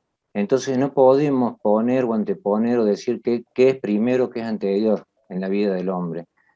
Justamente la representación de la que hablaba de la filosofía tradicional, la palabra lo dice, es volver a hacer presente lo que era anterior, lo que era pasado. Y bueno, a través de la imaginación y la proyección podemos anticipar también el futuro y traer el futuro hacia el presente. En la vida real, eso es una idea que él toma de Henri Bergson, un gran filósofo francés que a mí también me gusta mucho. En la vida real se mezclan todos estos tiempos. Hay comentaristas de Levinas que dicen que hay una constitución primero ontológica del sujeto, luego una constitución económica del sujeto y finalmente la constitución ética del sujeto, que sería la constitución del psiquismo del sujeto. Pero yo coincido con lo que dijo recién Marta, que es muy difícil de decir hay un orden de constitución del sujeto. El sujeto se constituye de todas las formas al mismo tiempo. Pensemos en el niño cuando nace, cuya primer contacto, primera experiencia de vida es el contacto con el rostro de la madre y al mismo tiempo con el gozo del alimento que le da la madre cuando lo amamanta. Está todo imbrincado en un mismo tiempo, no se puede separar, no se puede distinguir qué es primero, si es el ser ontológico, el ser ético, y por eso es como dice Levinas, que hay un pasado inmemorial, que es anterior a todo pasado, que ha dejado su huella en nosotros y que no podemos ver más que la huella, y es justamente una huella en cuanto a ausencia, fue una presencia que en realidad no es presencia nunca, es ausencia, por eso es huella. Bueno, me fui Eso que de lo estás que yo quería diciendo es comentar. posterior, no está en totalidad de infinito. Por No, eso, claro, tanto la diacronía como sí, la sí, sí, huella, todo eso huella y están de otro modo diacronía que van a ser, ser conceptos posteriores, son pero que conceptos explican posteriores. estos momentos así como Exacto, pantanosos, ¿no? exactamente, De la sí, exposición en totalidad infinita. Gracias. sí. Querías No, preguntar también. y otra cosita que quería agregar es que Levinas defiende la contradicción, lo contradictorio de la vida. Él dice que es posible la igualdad y la diferencia al mismo tiempo. Él defiende al mismo tiempo de la contradicción, que es justamente la crítica que se le hace al escepticismo. El escepticismo que dice que no se puede conocer y sin embargo está dando una proposición que sería una verdad, ¿no es cierto? Y se está contradiciendo al decir esa verdad de que no es posible conocer. Bueno, Levinas defiende la posibilidad de la contradicción y al mismo tiempo de la contradicción, lo que puede ser y no ser al mismo tiempo. Eso también sería otra forma de entender o tratar de entender esas explicaciones de Levinas. Pero yo lo que quería decir originariamente es algo que me gusta mucho de Levinas. Levinas define la filosofía como esencialmente crítica. La función de la filosofía tiene que ser crítica. Tiene que ser criticar a lo que uno da por sabido, por conocido. A criticar el conocimiento, o el supuesto conocimiento que creemos tener. Y con respecto al mismo, Levinas dice que el crítico, el principal y mejor y único crítico del mismo, del sujeto, es el otro. Justamente el otro funciona para uno mismo como el crítico, y le hace la crítica y lo saca de ese lugar de uno mismo, y así produce la salida del yo. Y al salir del yo permite el encuentro con el otro, y bueno, ahí es donde se produce todo lo que ha explicado Marta en el encuentro entre el yo y el otro, ¿no? O sea, que quería resaltar eso, el tema de la Bueno, crítica. está muy bueno, muchas gracias. No. Eso, en una de sus obras posteriores, Fuera del sujeto, va a tomar y Claro. va a desarrollar, que fue una obra del 87, ese Sí. plan. Gracias. No, de nada. Bueno, no sé si hay más consultas, preguntas, comentarios. Veo en el chat. Acá una pregunta Bueno, interesante. Ángelo. Sí. Sí, está la idea del bien de Platón y la bondad. Levinas va a hablar que cuando hace este desarrollo del deseo y de la investidura de la justicia, ¿no? El deseo que va hacia lo deseado y el rostro del otro que inviste mi libertad con justicia, va a decir, constituye la bondad. Esta idea de la bondad como lo que está operando, constituyendo una estructura formal ética en nosotros. El bien de Platón, él lo refiere para colocarlo en el plano de lo infinito, de lo que está más allá del ser, de lo que se evade del registro del concepto, porque no hay género que pueda, ¿no?, subsumirlo ni explicarlo, y que brilla como el sol de las ideas, ¿no? Esta idea de Platón, que es lo que ilumina todo. Bueno, aparece esa idea del bien de Platón. La bondad es la investidura de la justicia. Cuando dice el otro, el rostro del otro, que se expresa, que coloca en mí la idea de infinito, me inviste de este mandato y inviste mi libertad de justicia. Eso es bondad, por eso es, incluso pone entre comas, deseo, coma, lenguaje, coma, bondad. Como poniendo los tres puntos, ¿no? La relación de deseo, de lenguaje, de bondad, ¿no? Hacer el bien al otro, el para sí, con el que en algún momento va a hablar, la responsabilidad por el otro, infinita, irrecusable, indelegable, no puedo dejarla, no puedo abandonarla, me ha elegido. Después, de otro modo que ser, lo va a plantear con más énfasis aún y va a hablar de rehén, ¿no? Me ha constituido en rehén. Ya no es solo hospitalidad del otro, sino que soy rehén del otro, y donde esa investidura va a tener ya una fuerza superlativa, ¿no? Acá hay otra pregunta de Juan Pablo Suárez. Sí, bueno, muchas gracias Marta también. Ya que estábamos con Platón y quizás para hacer, si podrías tirar ahí algún nexo, algún puente, ¿qué dirías entre la relación en este tercero que surge en la tercera sección que vos comentabas, eh, y ese tercer hombre, por así decirlo, más en palabras de Aristóteles, pero ese tercer hombre que termina como rompiendo y que en realidad también refiere a ese como infinitud de las ideas que las deja sin sentido también en Platón, y cómo lo relacionarías y cuál sería la diferencia de ese tercero en Levinas. Bueno, yo voy a la obra de Levinas, no voy a responder de lo de Platón, voy a responder de lo de Levinas. Cuando Levinas habla del tercero, habla del otro, ¿no? como que está todo muy bien en esta relación originaria de respuesta, responsabilidad con el otro, pero ¿qué pasa con el otro del otro que lo puede estar matando? Entonces él dice, ahí aparece la humanidad que me está mirando. Ya este usted, que es el otro al cual yo le respondo como un imperativo heterónomo, ¿no? Su rostro me ha puesto una orden que me viene de afuera y yo respondo en esta responsabilidad. Puede estar ocurriendo que este otro lo mate al otro, o viceversa. ¿Qué pasa con el tercero? La humanidad, la socialidad, las instituciones. Entonces ahí es donde Levinas ubica la emergencia del derecho, de las normas éticas, de las instituciones, de todas las formas reguladas por una universalidad que contiene a la humanidad en general, pero que constantemente son tensionadas por esta relación ética originaria del cara a cara. O sea, no es que el tercero subsuma la relación cara a cara, que es una relación asimétrica, sino que el tercero es necesario, es como una necesidad, porque vivimos en sociedad, estamos otros, tenemos distintas ideas, formas de vida, gustos, podemos pelearnos, que era la tesis de Hobbes. Entonces, pero ese tercero tiene que estar constantemente confrontado, regulado, ordenado, ¿no?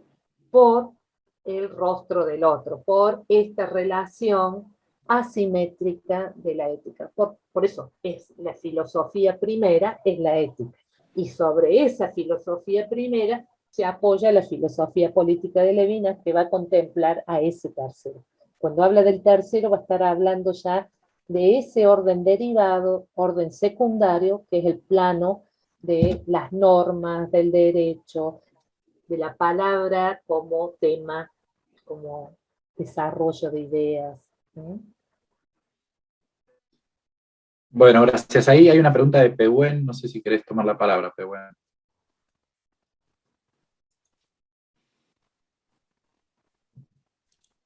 ¿Me escuchan? Sí. Sí, profesora. ¿Qué tal? Gracias por la charla de vuelta. Gracias, Siempre está bueno escucharla y refrescar. No, me interesaba por ahí si podía comentar un poco esta ruptura que hace Lévinas con el presupuesto de la espontaneidad o de la libertad del sujeto en la ontología, y cómo ese cuestionamiento está atravesado por la ética y por la relación de la responsabilidad con el otro. Bien. Cuando Levinas plantea que la libertad es arbitraria, señala que es la situación en la que nos encontramos, ¿no? Constantemente una libertad que tiende a la espontaneidad de la acción, y donde en esa espontaneidad la libertad que Kant decía justamente autónoma, se autonorma, en el encuentro con el otro, en el cara a cara, en la situación formal del cara a cara que Levinas está planteando, esa libertad se transforma en libertad investida, ¿no? Hay una investidura. Y esa investidura, que es el mandato, la relación del discurso, ¿no? La palabra, el rostro habla, su palabra me ordena, bueno, esa investidura hace que esta libertad, que por esencia es espontaneidad, arbitrariedad, en que el yo toma su poder de yo y puede, se encuentra subordinada a responder a una responsabilidad que incluso Levinas lo ubica a pesar mío. Soy para el otro a pesar mío, ¿no? A pesar de que no tengo ganas, a pesar de que no quiero, tengo que, sería la estructura de la proposición. A pesar que no quiero, ¿no? Con mi libertad espontánea, tengo esta responsabilidad.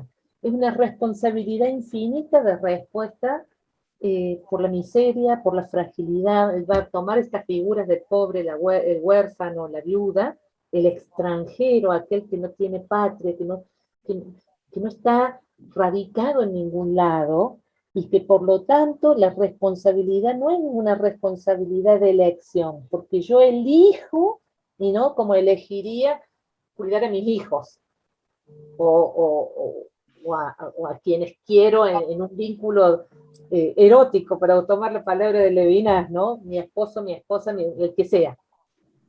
Sino que no hay elección, ¿no? La elección ha provenido del otro. Soy el elegido por el otro, no soy el elector, soy elegido por el mandato del otro. Por eso ahí proviene mi unicidad, mi yo, ¿no? Mi sustancia, mi yo de anfitrión, de hospedero, de hospedera, de que recibe al otro, me viene dada por esa relación con el otro que inviste mi libertad y me transforma en una respuesta responsable. Respondere responsabile, ¿no? Lo que antes decía. No sé si te respondí, Pedro. Sí, sí, sí. Sí, es re interesante cómo, de alguna manera, invierte el camino de cómo llegar a, digamos, por un lado, desde la libertad al conocimiento y a la ética, y por otro lado, completamente al revés, digamos. Es al revés. Él realmente hace una inversión de la intencionalidad. Por eso, cuando yo empecé con esa cita, si la relación ética supone una relación que no es una relación intencional. Hay una inversión de la intencionalidad, me viene del otro. Y de la libertad, fíjate vos, la libertad investida no tiene el origen en el yo quiero, sino en respondo, responsable, en el rostro, en el mandamiento del otro. Por eso es heterónoma, ¿no? Sí, le quita toda la autoridad al ser, digamos. Claro, la autonomía de la libertad queda sometida, por eso dicen, no puedo poder, queda sometida, ¿no? Queda subordinada a la orden del rostro del otro. Acá, gracias por las intervenciones. Francisco Parra quiere agregar algo. Sí, Francisco. Bueno, sí, lo escribía, que en relación a la última pregunta, que a pesar de eso parece que esa investidura cuenta con un sujeto separado, que no podríamos llamar libre en el sentido de libre como el viento, como dice Levinas, pero que sí tendría que tener una separación del gozo, que a mí siempre me ha resultado muy complicado ver como un sujeto preparado para recibir la investidura, con una libertad que no podríamos llamar una libertad de viento, una libertad de un sujeto libre, pero sí preparado para recibir la investidura. No sé si me explico el punto en el que, claro, es un sujeto que no puede ser libre antes de recibirla, pero que sí tiene una separación que le permite escuchar la alteridad, que tendría que ser precisamente un sujeto sin el ser, aunque es complicado el tema. Sí, yo creo que de otro modo que ser aparece esta cuestión en el rehén, el origen de esa libertad, sí, pero acá no, acá el sujeto, él dice hay una libertad arbitraria, y entonces dice, y el poder es por esencia asesino del otro, y esta libertad en su ejercicio puede asesinarlo, y por eso tiene muchísimas páginas en esa última, en la conclusión y en la sección tercera, sobre el asesinato y el homicidio, y va desarrollando mucho eso, ¿no? Y donde plantea esa libertad investida como acto de justicia, como bondad, como ética, ¿no? Como relación primaria, originaria, no alérgica,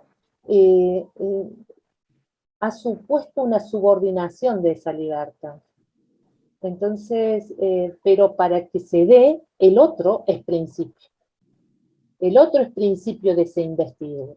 Ahí es como el corrimiento que hace en totalidad infinito. El otro es principio de esa investidura. A modo cartesiano casi, ¿no? Como la demostración de la existencia de Dios. Llega, aunque llegue después, me precede cronológicamente, ¿no? Y hay otra cosa que dijiste, tu nombre era Alejandro, ¿no? No. Francisco. Francisco, que dijiste, cuando habla de la subjetividad, de lo libre como el viento, de Kierkegaard, se está refiriendo a la subjetividad, cuando dice este libro se presenta como una defensa de la subjetividad, pero no lo hará como angustia ante la muerte, como en Heidegger, no dice Heidegger, como una subjetividad libre como el viento, no lo menciona Kierkegaard, pero lo está sobreentendiendo, sino como recibiendo al otro. O sea, la idea de la recibidad, si se puede decir ese neologismo, del recibir, tenemos que usar el verbo, del recibir al otro, del hospedar, ¿no? Acoger, porque el término en francés es accueillement, del acoger al otro como constitución subjetiva, va a ser clave en la obra. Lo dice el principio y lo dice el final. Inicia el prefacio con eso y lo cierra el final, ¿no? Porque el sujeto es una anfitrión, el sujeto es o sea, no deja desarticulado, entra dentro de, incluso se anticipa todo el debate del sujeto, la crisis del sujeto, el sujeto de la conciencia, la transparencia del sujeto de sí, todo lo que aparece en los debates filosóficos de la filosofía francesa, él ya lo plantea en el 61, pero dice, no lo deja desarticulada la subjetividad, la articula, pero a partir de esa relación de huésped del otro, que después va incluso a profundizar en de otro modo que ser y va a decir, soy el guión, el otro guión en el mismo, soy el otro en el mismo. Esa fisión del yo, ¿no? Este yo atravesado por esa extrañeza, por esa alteridad desde el inicio, ¿no? En su ipseidad y en su identidad. Pero eso ya ser de otro modo que ser, ¿no? Bueno, gracias. Gracias. A mí me gustaría hacer una última, hacerte una pregunta final quizás, porque ya estamos sobre el horario, ¿no? No, yo quería preguntarte sobre la noción de justicia, ¿no? Que queda asociada a ese cara a cara con el otro, a esa relación asimétrica, pero que también Levinas va a hablar de justicia cuando aparece el tercero y cuando aparecen las instituciones, y ahí también va a hablar de la necesidad de pensar una reciprocidad en ese orden, ¿no? Entonces, ¿cómo opera ese cara a cara como algo que sigue siendo como un parámetro para las demás relaciones, ¿no? Mira, la pregunta es una pregunta interesante de cara o frente a el hecho, en mis lecturas, ya no recuerdo en cuál de los comentaristas leí, que cuando en una entrevista a Levinas se le preguntó sobre el Estado de Israel y la constitución política del Estado de Israel y lo que habían, todo lo que generó quitándole tierras a los palestinos y todas las luchas que de ahí en adelante se plantearon. Entonces le preguntan esta cuestión de la justicia y qué pasa con la ética que él está planteando, ¿no? Esa ética que debe confrontar las instituciones. Levinas no contestó directamente esa pregunta, y lo señala como en un plano que después lo va a recoger en de otro modo que ser, como en el plano de la regulación utópica que algo puede, que la relación con el otro puede tener con la justicia.